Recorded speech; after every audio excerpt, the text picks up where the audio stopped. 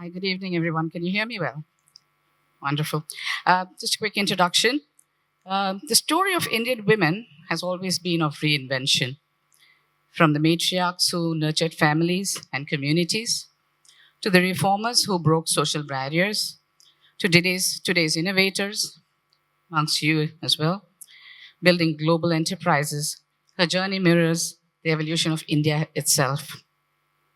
The Indian Woman 10.0 represents this newest avatar, a confident, connected, and conscious force of changing, redefining leadership, enterprise, and purpose in a rapidly transforming world. Armed with education, technology, and resilience, she now shapes industries, influences policy, and drives sustainable growth, not as a token participant, but as a key architect of the nation's future. Yet, the road ahead demands more than a celebration. It calls for inclusive ecosystems, equitable opportunities, and a reimagination of success through a gender balanced lens. This is the decade of Indian women, where evolution meets enterprise and empowerment transcends rhetoric to become a collective roadmap for progress.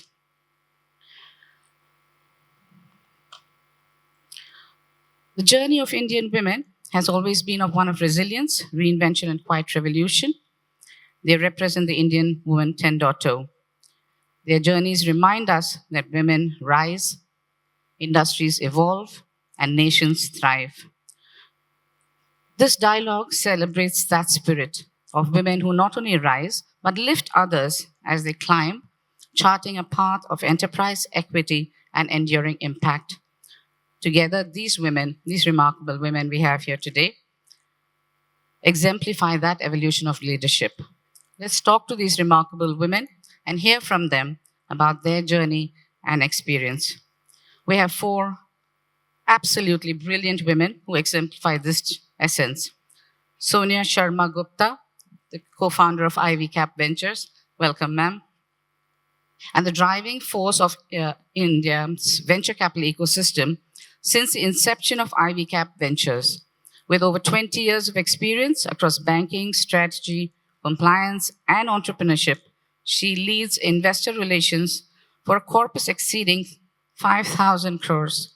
Her work has been pivotal in shaping investor engagement, regulatory compliance, and global fundraising, making her one of the most respected figures in India's investment landscape. Welcome. Priyanka Chopra. Yes, absolutely. Please don't hesitate to clap. Priyanka Chopra, CEO and Managing Director of IIMA Ventures, a venture partner of Bharat Innovation Fund.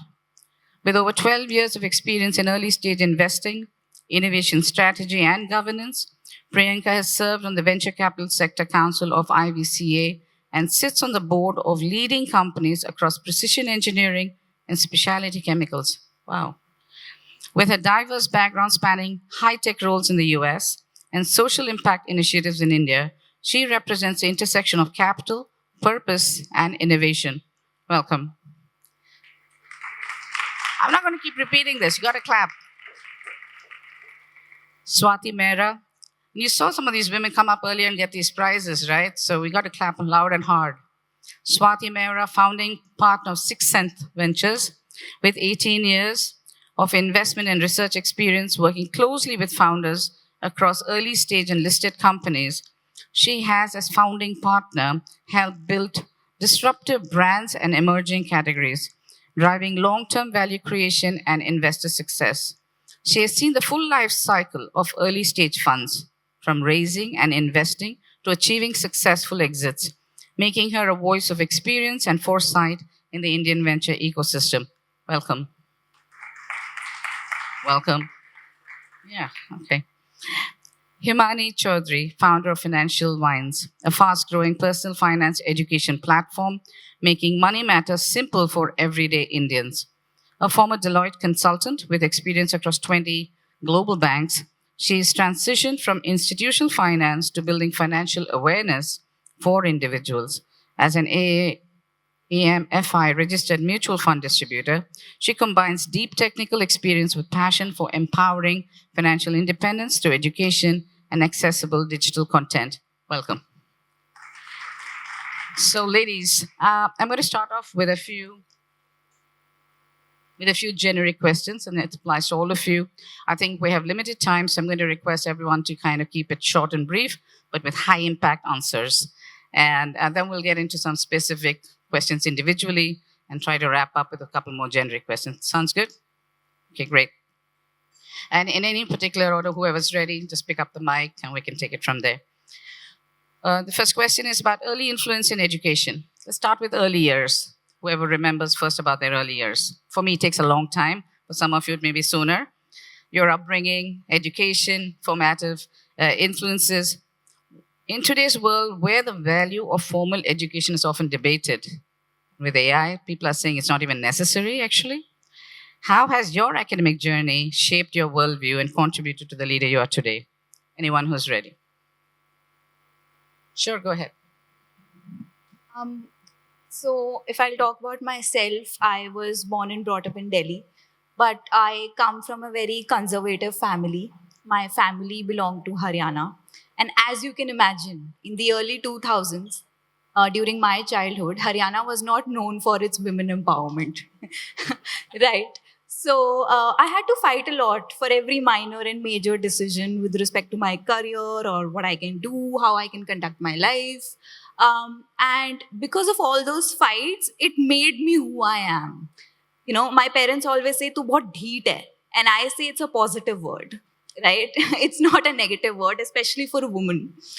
And then I thought that I should get out of Delhi, get out of that comfort zone, and then figure out who I am. What do I like? What do I want to become? Because my parents basically gave me a list. You can either become a banker, or you can do a government job, or you can become a teacher. So that 3 baje ladki ghar aa jaye, and then she can take care of her family. And I was like, okay, ये तीन तो नहीं करना है. Next, कुछ और सोचते हैं.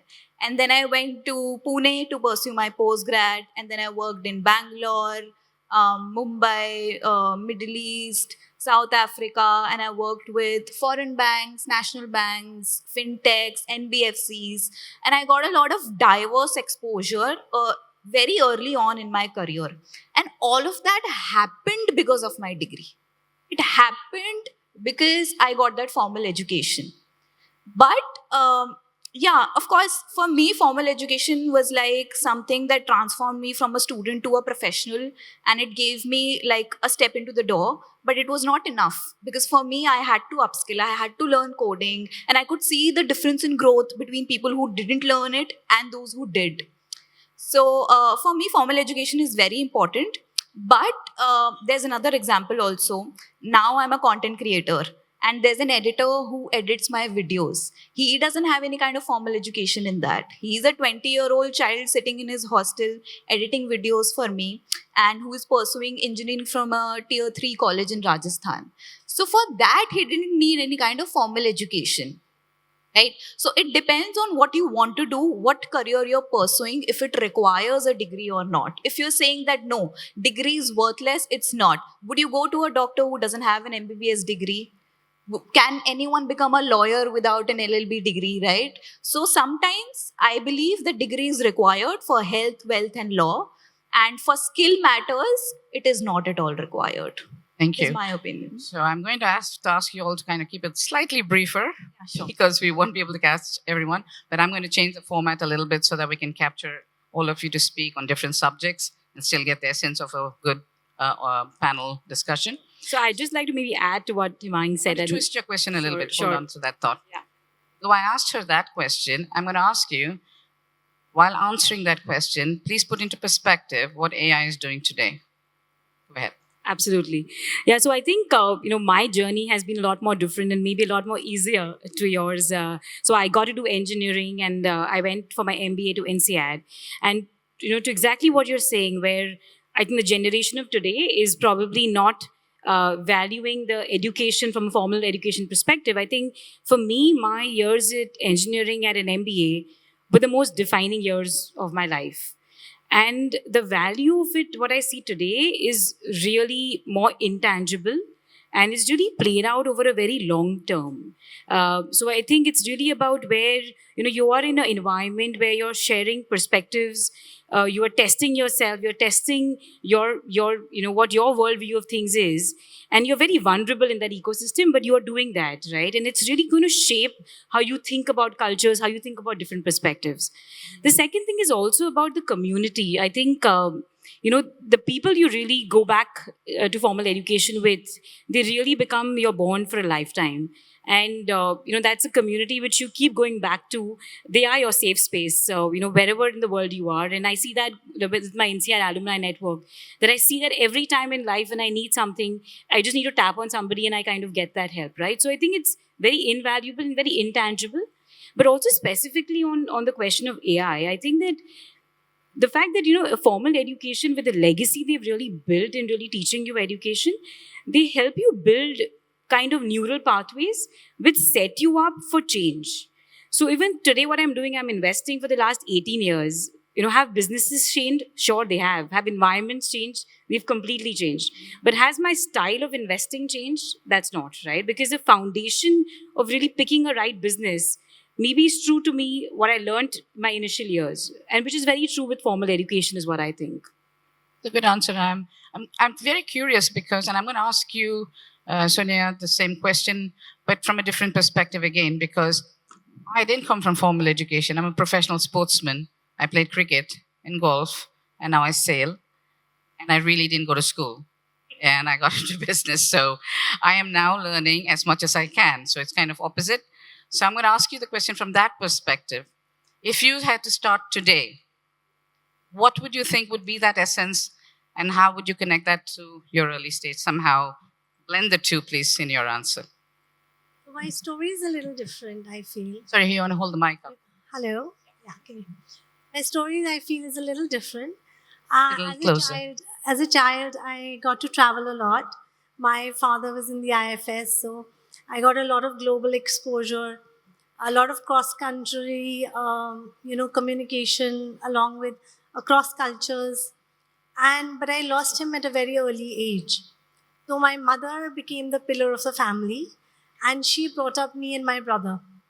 And actually, to share, she had not gone to school. She had done homeschooling. And then she had to start from there. So when we were growing up, there was like a lot of hard work, discipline, and a lot of important to the basic education that we needed to do. Because it was like, we had seen that. And so I did my undergrad in economics and did my MBA from IMT Ghaziabad and went to US.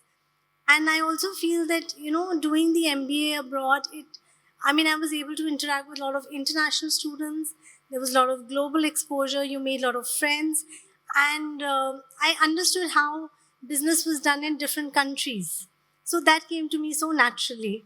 So I feel that formal education is not only about discipline and learning what you're learning, but it is also maybe other skills which you pick up on the way. And it could be with anything. Not necessarily only education. It could be sports, it could be music. But I think something you do because it gives you that discipline and that, that grit and determination. There is an exam tomorrow. You have to work for it. So I think that's important. It's incredible.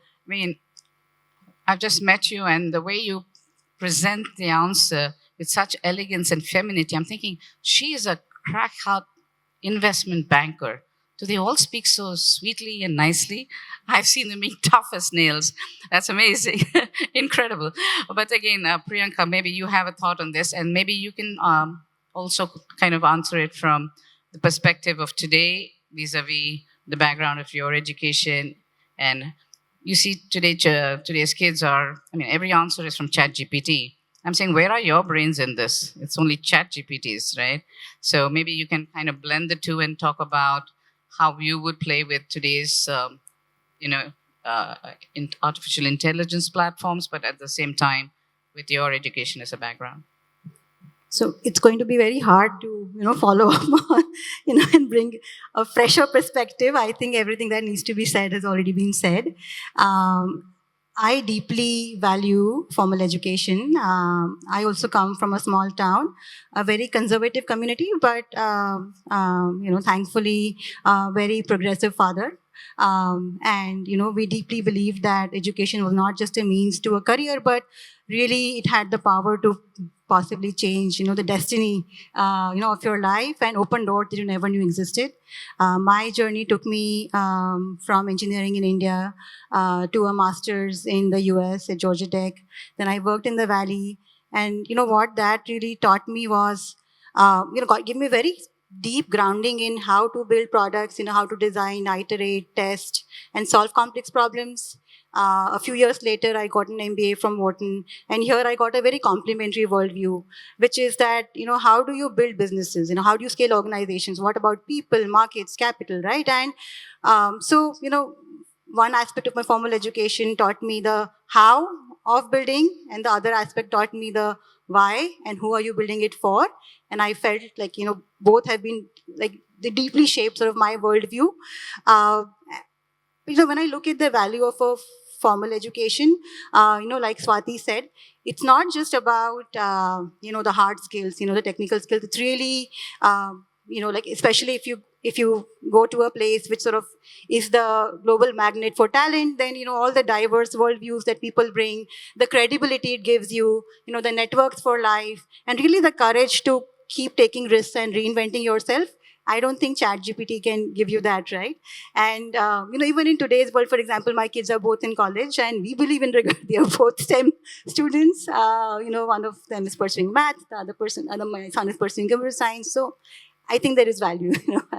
The common theme seems to be that everyone has some kind of global experience, and they went out, they experienced the Western world, and they learned certain things from the Western world. Do you think that's a necessity in today's world in India? That you have to go out to prove and to get the kind of confidence and strength that you all seem to have acquired? I don't Or think if you had not gone, for example, she said she traveled to many countries, she's traveled everywhere, she's done things in the US, so have you in the Valley. If you did not travel anywhere, and if you were just in India, what would you tell this audience? Would you have been able to build on this, the way you've built your careers and your leadership, without having stepped outside India, with today India being what it is, as the Indian 10.0 woman? Yes, I'll go first. If that's okay. So I believe that it is not about, whether you're studying in India or you're studying abroad. I think it is the opportunity which any individual gets where they are. So even in India, we have so many, initially there were like very few IITs. There used to be just like Delhi, Bombay, and Kharagpur. They were the main IITs. And the other people who were also like maybe, just there, the population is so much and the opportunities were, I feel, limited. So I think that is the challenge that we face today in India. So I don't think it is about going abroad or studying in India. It is just the opportunities which are available due to the increase in population that we have. Do you think that opportunity in India today is different from 10 years or 15 years ago? Would you agree? Absolutely. I mean, the India of today is very different from the India of like 2 decades back, when I went abroad. We were economic migrants, not anymore. I mean, there is story after story, especially, in the early stage investing world that I inhabit, of founders that are deeply rooted in India, solving, problems that are deeply rooted in Indian context, but really creating, global first, kind of company. So I don't think that's true anymore. The other thing is that now we have so many role models for success. You don't become what you don't see. But now that, there are so many role models, there's so many successful stories, coming from the heartland, and the world is your oyster now, right? So, Do you have anything to say on this? I think I'd just like to add the fact that we all are back in India. It really proves the fact that the opportunity is really here. So India of today is very different. So close. India of today is very different of what India was 20 years back. Today the barriers that existed 20 years back don't exist. So you had to have this degree so that you can meet these kind of people, so that you can do this kind of work. it is not relevant anymore. I see, like you were saying, that you came from a sports background, but you still what you did because it was in your mindset that you wanted to do this or you figured it out. So mindset is more important. Today, I was at Global FinTech Fest and I met so many people who actually, while working in India, found out gaps, and then they worked on that startup. And within 6 months or 12 months, after doing some kind of marketing and building a good product, they're really out there. And they are compared with the big names of the fintech. So I don't think that there's any kind of difference now between Western nations and Indian nations with respect to agree. opportunities, at least. I totally agree. That's why I'm here Yeah. too. And I'm going to now, since we took some time over the first set of questions, I'm going to get to specific questions. But here's a funny story. I was in New York a couple of weeks ago when Jaishankar addressed Newsweek in a fireside chat. And I met with Indra Nui and her sister who won the Grammy, and some lady called Shobana from PTI. And all of a sudden, when I was like, oh my God, Indra Nui is in the room, she comes and says, of course, we Chennai girls are here together. And I'm like, oh my God, I'm a gang of Chennai girls with Indra Nui. So it just goes to show the world has changed, right? You could be in New York and you find a gang of Chennai girls. And so India has become very much, a powerhouse and very relevant. And I don't think it's no longer the story of having to go outside our shores to become someone or to become confident, so having to do something. So now specific questions to each one of you. These were prepared for me, so I'm going to hope that they resonate with you. To Swati. Through your journey at Sixth Sense Ventures, you worked with founders across stages of growth. What do you think sets apart consumer brands that scale successfully from those that don't? And I must request you all to stick to 1 to 2 minutes. I'm going to have a look from there, otherwise very soon. Yeah, no, for all of you who don't know Sixth Sense Ventures, maybe I'll just say that we're a consumer-focused venture fund, and we're India's first consumer brand venture fund, and it's now been around for 11 years. And we do investments across right from early stage to listed. That's where the different stage of investments really come in.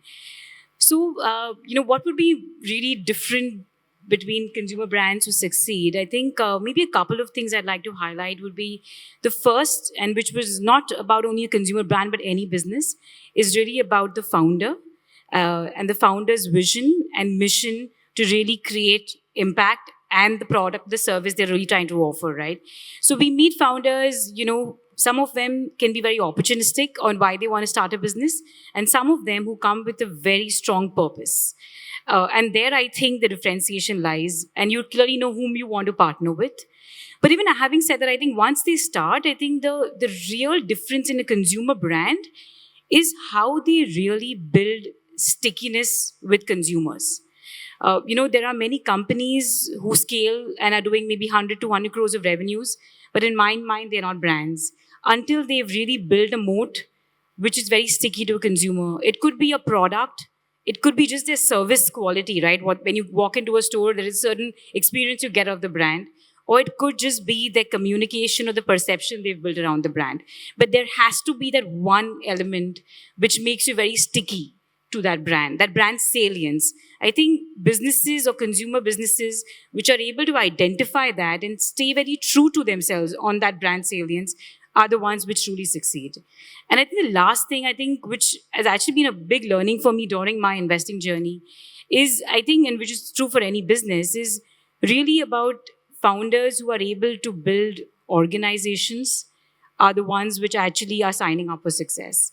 And it has been the most difficult thing which I've learned, I think, in my investing journey, because it seems very easy where you hire a team with a great pedigree and you get them on board. But for them to really be aligned to your mission, to your long-term impact, I think that's so hard.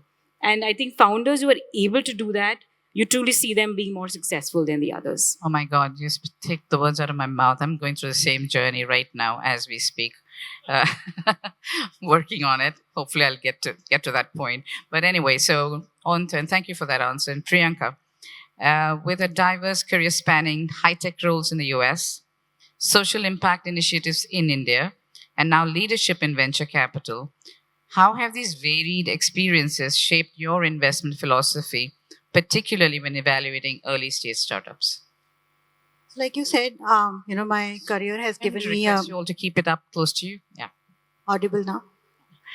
She's given me a front row seat into very different worlds.